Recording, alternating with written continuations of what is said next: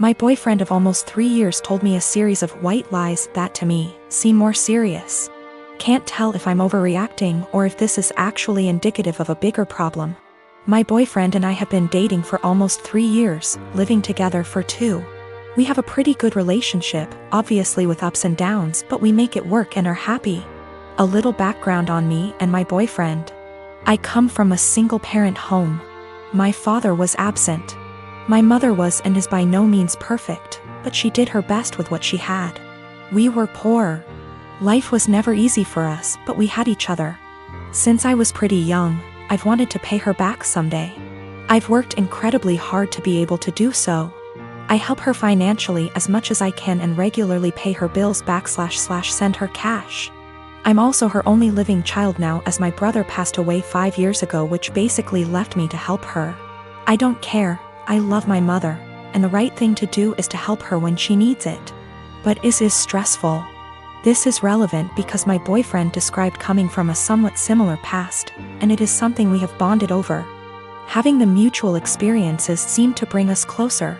He told me he also helped his parents financially, and we would often vent to each other about the stress it brings. I am not one to confide in many people, so having someone who I felt like actually understood me was meaningful to me. So here is where the lies come in, and I need someone to either tell me I'm not crazy and this is horror, or that I am crazy and this isn't a huge deal. I'm fine with either. When we met, my boyfriend lived in a condo in a pretty swanky part of the city. I live in the US Northeast. He told me he owned that apartment / condo. I found this to be interesting / odd because he was 28 at the time, and I know this property is upwards of $650,000 on the low end, and he was in an entry-level job for only like 2 years, so the numbers just didn't really add up. Whatever, maybe he's good at saving. But then, since living together, I never once saw a piece of mail for a mortgage payment, electric bill, taxes, nothing. Not for 2 whole years. Very odd. Also, when we started living together, he didn't have his room rented out in the former apartment yet, so he was still responsible for that portion of the rent. He would send a Venmo payment to his mother on the 1st of every month for his portion. I don't own property, but I can't think of a scenario where I would Venmo my mother to pay the mortgage on a property I supposedly own. Getting more odd.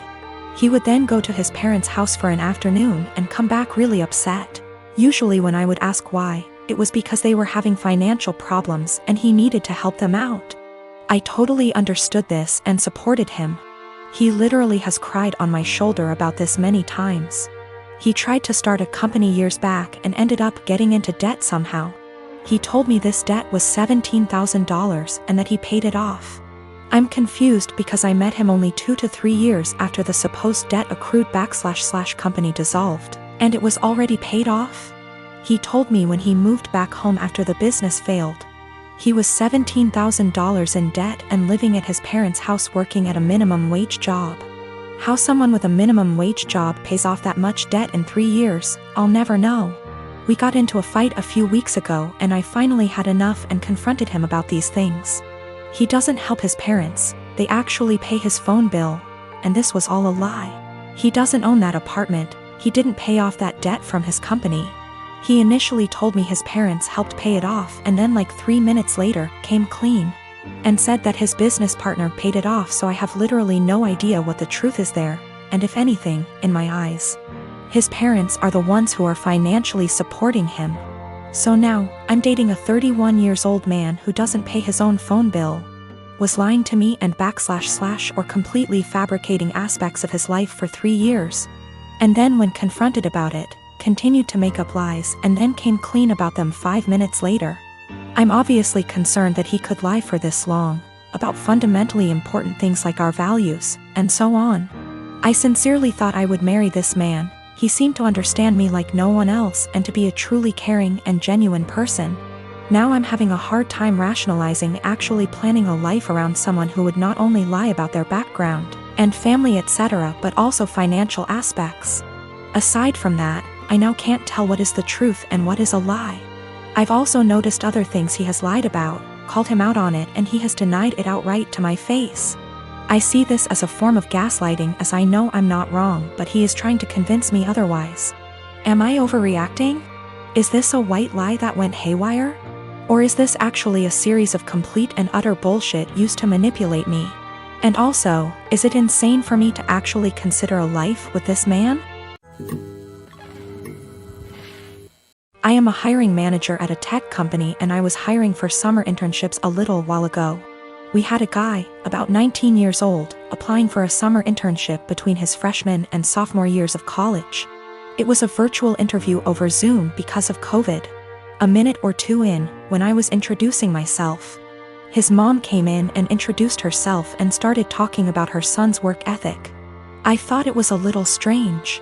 I said something polite about wanting to hear from him. She just didn't get the hint and kept coming into camera frame during the interview and interrupting her son to answer questions for him. I asked a few technical questions which he seemed to answer well and then cut the interview fairly short. I thought that was all over and done with until I'd gotten an email from a woman, a month later, asking about her son's application. She seemed offended he hadn't gotten an acceptance or rejection. It bothered me. I felt bad for the kid honestly. Way back when I was a teenager, my mom used to pull the same shit. But luckily she only did that when I was 15 and working for a day camp. Not when I was an adult applying for engineering jobs. But I felt like this poor kid was getting his chances ruined because his mom wasn't giving him the chance to apply on his own. I sent an email back saying I was not at liberty to send information about an application to anybody but the applicant. I also asked HR to send an email to the kid saying sorry, but we were not making him an offer. It is something we usually do, but his rejection email must have slipped through the cracks with all the COVID craziness. Anyway, after we sent that, I got a phone call from his mom. She had a forwarded copy of the email, and she was demanding answers. I said that I could not comment on the guy's performance in the interview to her as she was not the applicant. If he wanted to reach out to me, I was happy to give him some feedback. However, I could say that regardless of his performance, her presence in the interview took him out of consideration for the position. We were looking for an independent and self-driven person for the position, and for that reason, it is important to see an applicant speak for themselves, follow up themselves, etc. I also said that, as a piece of advice, every hiring manager I've met in my career who sees someone other than the applicant answering questions during an interview, following up on the applicant's behalf, etc., would also put their resume in the do not hire pile.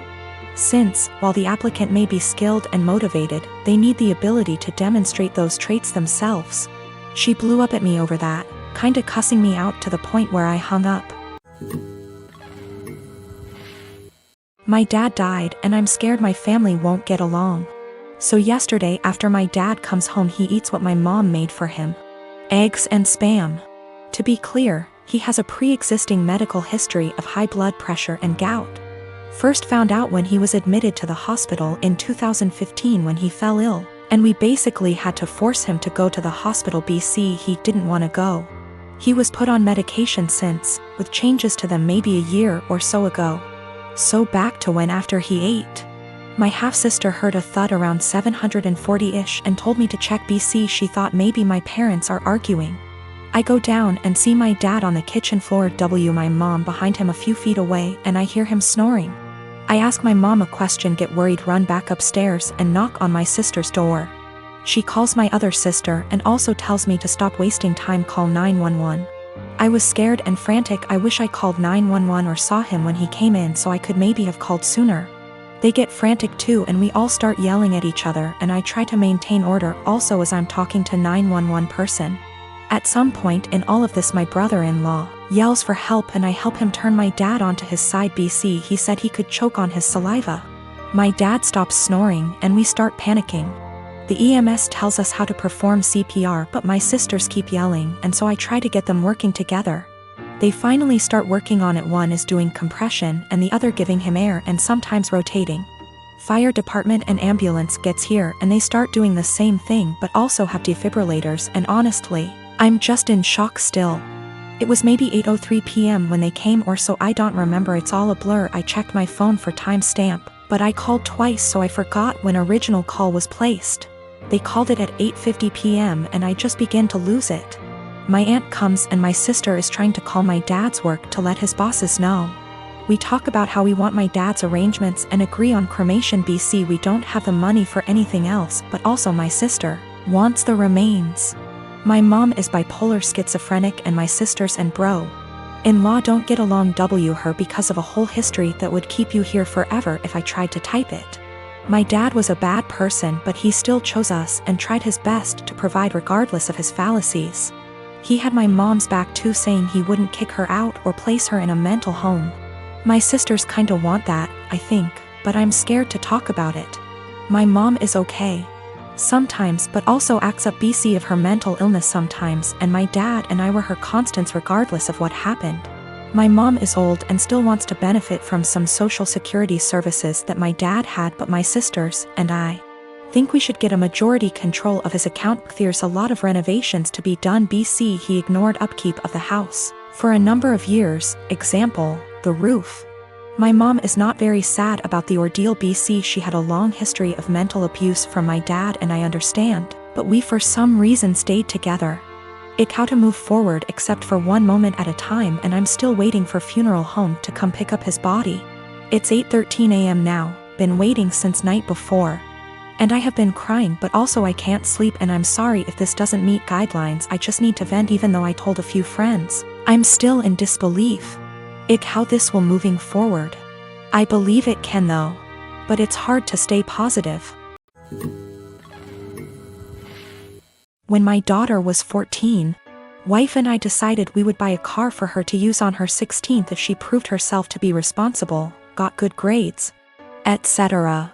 There would be a contract of sorts to ensure we were all on the same page.